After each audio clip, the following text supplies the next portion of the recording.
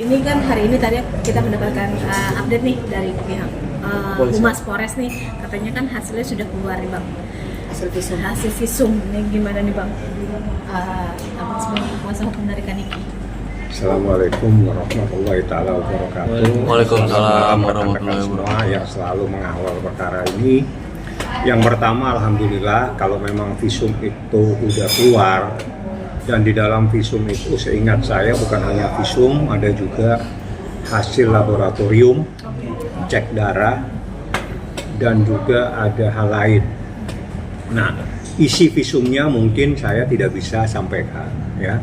Tapi yang jelas ini adalah dasar penyidik atau penyelidik, karena ini proses masih penyelidikan, akan mengambil sikap terkait dengan proses hukum laporan Nikita Mirzani dugaan adanya kejahatan terhadap anak di bawah umur yang melanggar Undang-Undang Perlindungan Anak sebagaimana yang diatur dalam undang-undang itu. Insya Allah ancamannya 15 tahun. Jadi prosesnya nanti untuk memproses lebih lanjut itu harus berdasarkan salah satunya itu yang terpenting adalah hasil visum ini. Jadi visum ini menjadi kunci untuk memproses lebih lanjut adanya dugaan tindak pidana kejahatan terhadap anak. Itu yang saya ketahui berdasarkan hukum yang berlaku seperti itu. Bang, hasil laboratorium ini kan sudah keluar dan Kaniki ini kan orang pertama yang diberitahu karena ibu dari Laura sendiri. Mungkin setelah mengetahui hasil laboratorium sendiri itu Kaniki gimana, Bang? Reaksinya ya. Kalau reaksi dari awal kan dia sudah bicara waktu itu. Jadi dia sangat terpukul, bahkan bahasanya dia itu seperti yang dia sampaikan beberapa kali, seandainya ini tidak ada hukum, mungkin dia pakai hukumnya sendiri. Itu salah satu kejengkelan, marah Niki, itu sudah disampaikan pada saat proses dia tahu hasil visum. Jadi pada saat hasil visum yang kedua setelah Laura sudah tidak datang bulan dan sudah bersih, maka Nikita udah tahu, tapi secara lisan. Di situ dia sudah emosi. Anak saya kok jadi dihancurkan seperti ini, bahasanya dia. Makanya wajar kalau Niki itu meledak-ledak. Karena apa yang dilakukan sama Nikita saat ini adalah dalam bentuk untuk melindungi anaknya. Karena anak ini harus dilindungi. Caranya bagaimana? Harus diproses secara hukum. Setelah itu anak ini harus diambil, ditaruh di satu tempat. Bagaimana caranya untuk memproses itu? Memang kita harus melakukan proses hukum. Jadi siapapun yang terlibat dalam perkara ini itu nanti akan mendapatkan sanksi dan diproses secara hukum seperti itu. Bang, setelah hasil laboratorium ini keluar, apakah bukti laboratorium ini menguatkan laporan Kaniki untuk saudara Eva sendiri? Yang namanya visum pasti hal-hal yang terkait dengan proses hukumnya. Jadi karena ini terkait dengan kejahatan terhadap anak, ada pasal hal-hal terkait dengan persetubuhan dan seterusnya, itu kan pasti akan terbukti. Artinya visum ini yang akan berbicara ada tidaknya perbuatan-perbuatan sebagaimana yang telah dilaporkan oleh Nikita Mirzani. Jadi seperti itu, karena pasal yang dilaporkan itu satu, melakukan persetubuhan terhadap anak di bawah umur, yang kedua itu terkait dengan aborsi, tidak sesuai dengan peraturan yang berlaku.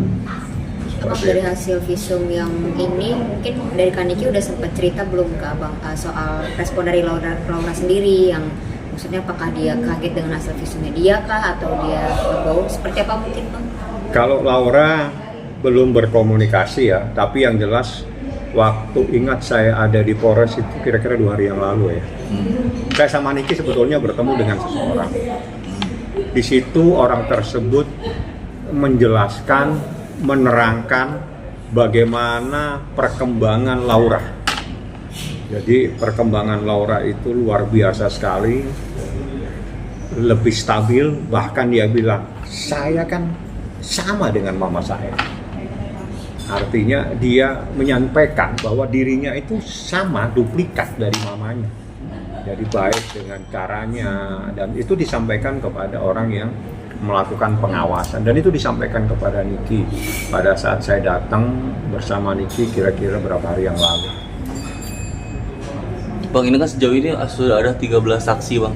Mungkin sudah ada obrolan untuk ada tambahan saksi lagi, saksi baru? Kalau nanti dalam proses perkembangan yang dilakukan, penyidik punya hak untuk memanggil siapapun saksi yang terlibat, yang mengetahui adanya peristiwa ini. Jadi itu kewenangan penyidik, dan menurut hukum apabila seseorang dipanggil sebagai saksi, dia tidak boleh menolak. Kalau dia menolak itu ada beberapa pasal, salah satunya bisa dianggap menghalangi proses penyidikan, dan ada juga dianggap dia tidak mau datang. Jadi seperti itu. Berarti kalau misalkan nanti pihak kepolisian meminta saksi baru, Abang sudah mempersiapkan mungkin? Jadi penyidik yang tahu siapa. Jadi dalam proses itu kan dari saksi itu pasti berbicara. Dia pasti menyampaikan apa yang terjadi. Dari apa yang terjadi itu, kalau memang nanti ada nama-nama yang disebut dan itu sangat relevan dan sangat terkait dalam proses dugaan tindak pidana kejahatan terhadap anak di bawah umur, penyidik pasti akan memanggilnya. Bang, ini untuk penegasan aja sebenarnya, kan kalau dari Laura sendiri sama Fadilnya itu sebenarnya udah membantah kalau nggak ada peristiwa tersebut ya. Nah maksudnya, tapi artinya dari visum tersebut kan ngebuktiin juga kalau peristiwa persetubuhan dan aborsi itu ada. Maksudnya bisa lebih jelas nggak Bang? Mungkin respon dari Laura tuh ketika dijalani visum dia legowo untuk ya udah lakukan aja, karena dianya kan juga yakin kalau peristiwa itu nggak ada. Maksudnya dari Laura sendiri sebenarnya gimana Bang?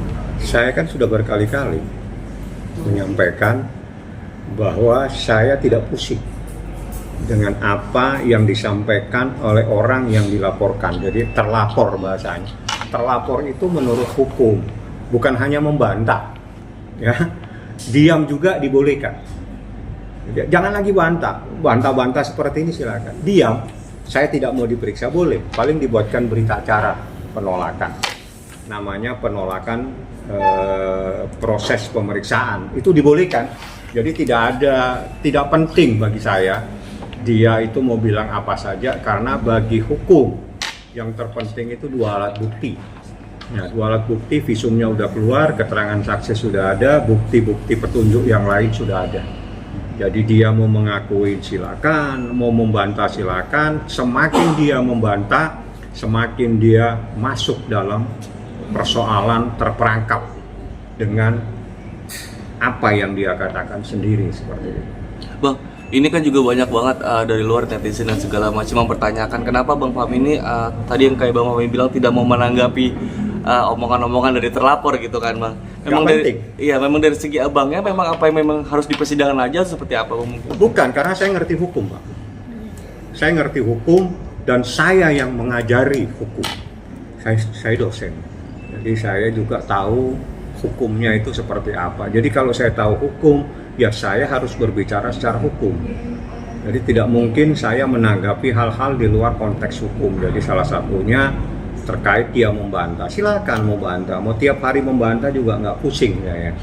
Nah, jadi KUHAP sendiri itu membolehkan hak ingkar, itu namanya hak ingkar. Di dalam KUHAP itu ada hak ingkar. Hak ingkar itu diberikan kepada orang yang menjadi terlapor. Tapi terlapor nanti pada proses lebih lanjut menurut KUHAP itu kan menjadi tersangka. Tersangka itu punya hak ingkar. Hak ingkar. Jadi aku nggak mau diperiksa, ya nanti dibuatkan. Nggak mungkin dipukuli. Sudah bukan zamannya lagi. Oh, Anda nggak mau diperiksa? Nggak. Kenapa? Ya sudah, saya nggak mau Pak. Saya buatkan berita acara ya penolakan. Dibuatkan Pak penolakan. Karena penyidik itu tidak akan berharap dari pengakuan terlapor, karena penyidik itu pasti akan mengungkapkan fakta-fakta pembuktian dari proses sebagaimana yang diatur dalam KUHAP, yaitu keterangan saksi, pendapat ahli, bukti surat. Itu kan sudah 3 kalau itu saja. Jadi bukti surat juga bisa menjadi beberapa surat, termasuk WhatsApp dan apa saja yang ada. Salah satunya juga adalah visum. Nah, itu adalah hal itu. Jadi menurut KUHP berdasarkan putusan Mahkamah Konstitusi itu minimal 2 alat bukti untuk menetapkan seseorang menjadi tersangka. Jadi proses lebih lanjut dari proses ini itu menjadi kewenangan penyidik. Tapi saya berbicara secara hukum. Secara hukum acara, prosesnya setelah proses penyelidikan nanti akan naik kepada tahap yang namanya penyidikan. Tahap penyidikan itu adalah tahap di mana akan menentukan siapa yang harus bertanggung jawab atas adanya perbuatan pidana tersebut. Jadi saya kembalikan lagi, penyelidikan itu adalah rangkaian proses pemeriksaan untuk mencari dan menemukan ada dan tidaknya peristiwa pidana. Setelah itu naik ke penyidikan. Kalau memang ada peristiwa pidana, naik penyidikan itu untuk mencari siapa yang harus bertanggung jawab atas adanya perbuatan pidana tersebut. Selanjutnya orang yang bertanggung jawab itu nanti ditetapkan menjadi tersangka. Itu hukum acaranya seperti itu. Ya, proses ini kita ikutin saja seperti apa.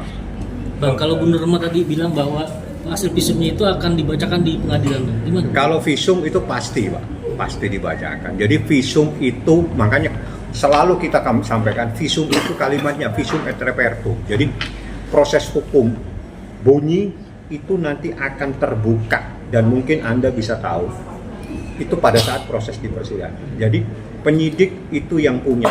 Jadi itu dalam bentuk label, nanti dia itu pasti nanti akan dikasih tanda-tanda tertentu dari hasil visum itu. Penyidik akan membaca hasilnya. Penyidik yang punya hak membaca, mengetahui dari hasil apa yang ada di kesimpulan dan apa yang ditemukan dari visum itu, nanti itu yang dijadikan dasar untuk menindaklanjuti proses ini dari penyelidikan menjadi penyidikan. Jika ditemukan adanya peristiwa-peristiwa pidana. Jadi misalnya dari visum itu ditemukan bla bla bla dan seterusnya, itu dijadikan dasar untuk memproses lebih lanjut. Memang betul tidak punya hak siapapun.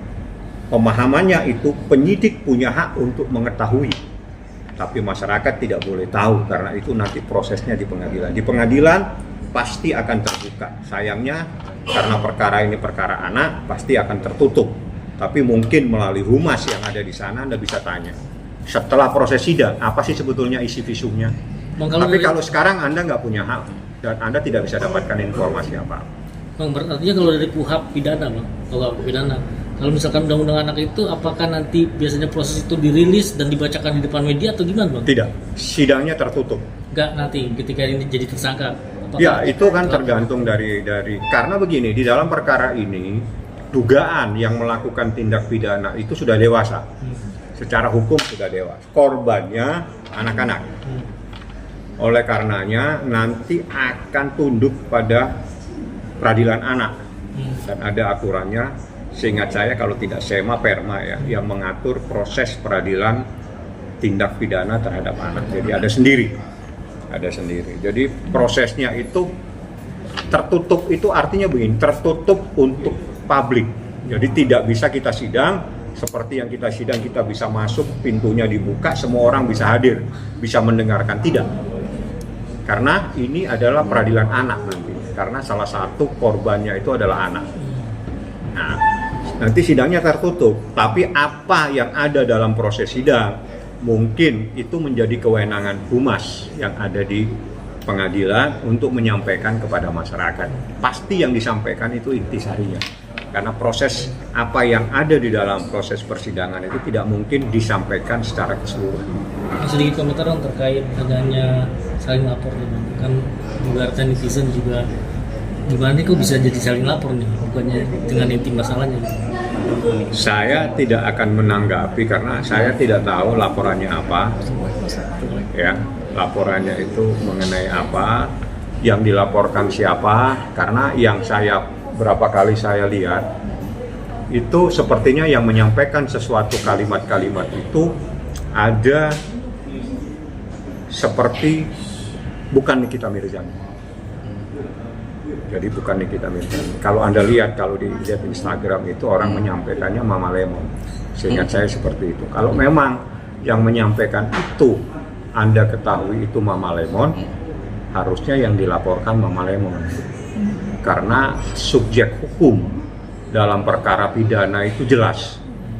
Beda dengan tindak pidana yang tertentu yang tidak diketahui siapa pelakunya. Jadi itu namanya siapa pelakunya dalam lidik, tapi dalam perkara dugaan tindak pidana pencemaran itu jelas harus mengerucut kepada siapa pelakunya. Nah, pelakunya menurut rekan-rekan semua media yang saya tanya pada saat itu, yang selalu menyampaikan suaranya itu dalam bentuk ada seseorang yang disebut Mama Lemon. Kalau memang itu Mama Lemon, ya laporkan Mama Lemon. Kalau melaporkan orang lain nanti terjadi perdebatan apa yang dilakukan oleh Nikita, sedangkan yang melakukan itu adalah bukan Nikita. Tapi banyak juga yang mempertanyakan akunnya itu kan akun Nikita Mirzani real Bang. Nah makanya dari segi hukum sendiri itu seperti apa? Bagaimana yang dilaporkan itu akun itu tidak bisa berbuat apa-apa Pak. Yang namanya pencemaran nama baik itu pasti yang melakukan manusia. Akun tidak bisa memfitnah. Yang memfitnya pasti manusia. Manusia di dalam peristiwa ini ada yang disebut sama teman-teman semua itu adalah selalu dipanggil dengan sebutan Mama Lemon. Ya, dan memang betul saya lihat itu adalah seperti lemon. Jadi kalau memang seperti itu ya sampaikan, nanti biar terungkap Mama Lemon ini apa relevansinya dengan persoalan ini. Tapi kalau misalnya yang dilaporkan orang lain, terus orang lain itu menyatakan bahwa lah saya melakukan apa? Oh ini Anda melakukan, ini kan bukan saya, ini kan Mama Lemon. Terus bagaimana cara menyelesaikan? Jadi alangkah baiknya yang dilaporkan itu subjek hukum yang melakukan perbuatan tersebut. Bang, balik lagi ke hasil visum nih Bang. Dengan hasil visum yang ada, yang mungkin Abang udah tahu gitu. Tadi Abang bilang sempat ancamannya juga 15 tahun. Seberapa yakin Abang bisa merealisasikan itu? Itu bukan kita lagi ngurusin apa, begitu nggak perlu realisasi, ini proses hukum itu pasti akan ditindaklanjuti oleh penyidik, jadi bukan saya. Jadi saya hanya melaporkan dan saya mencari keadilan. Nah, keadilan itu akan ditindaklanjuti oleh penyidik. Penyidik yang Anda tanyakan, kalau saya adalah mewakili korban. Dalam hal ini korban itu adalah Nikita Mirzani karena yang menjadi korban adalah anaknya, sedangkan anaknya masih di bawah umur sehingga beban tanggung jawab itu ada di Nikita Mirzani, seperti itu. Abang kalau melihat kemarin yang ceritanya bahwa Laura lebih perubahan buat Abang sendiri sebagai kuasa hukum dan sebagai ibaratnya orang yang pernah tahu Loli, pegang palanya Loli lah. Gimana Bang melihat dia perubahannya? Kalau saya melihat perubahannya lebih baik ya. Saya nggak ketemu, justru saya tidak ketemu ya. Saya tidak bertemu, tapi setelah saya berbicara dengan salah satu ibu yang kemarin datang di Polres, ibu itu yang berbicara dengan kita, saya mendengarkan banyak hal yang positif yang terjadi. Jadi pengaruhnya itu jauh lebih baik. Jadi saya bisa menyatakan bahwa saat ini Laura itu kembali menjadi Laura anaknya Nikita Mirzani. Jadi dengan ketegasannya, dengan keberaniannya, ini Lauranya Nikita Mirzani. Jadi bukan yang suka teriak-teriak seperti yang kemarin Anda dengarkan. Jadi itu perubahan yang drastis dan itu sangat drastis kembali. Jadi dia bilang saya kan sama dengan mama saya. Dia sampaikan dengan itu. Jadi saya sama dengan mama saya. Jadi saya itu duplikat. Artinya betul-betul saat ini dia sadar bahwa dia punya mama dan dia itu identik dengan mamanya. Itu pengakuan seorang anak yang berumur 16 jalan 17 tahun. Bang, artinya ketika adanya seorang ibu-ibu, Nikita jadi pun tidak bisa untuk melihat secara langsung. Bukan tidak bisa melihat secara langsung, bisa kalau dia mau, dan itu nanti akan melalui pihak penyidik akan berkomunikasi dengan safe house ya. Cuma ada kalanya dinasihati supaya saat ini itu biar ketenangan itu yang didahulukan. Jadi biar Laura tenang dulu, supaya semakin hari semakin tenang, dia kembali menjadi dirinya sendiri, dia kembali menjadi Lauranya Nikita Mirzani, itu lebih mudah untuk berkomunikasi. Jadi kemungkinan yang saya sarankan dan disarankan itu mungkin pamannya yang akan berkomunikasi mendatangi terlebih dahulu, karena biar tidak terjadi tiba-tiba terus emosi lagi. Nah itu banyak yang menyarankan seperti itu. Tapi Nikita nggak ada masalah kalau dia mau bertemu kapan saja. Jadi tidak ada batasan untuk keluarga bertemu.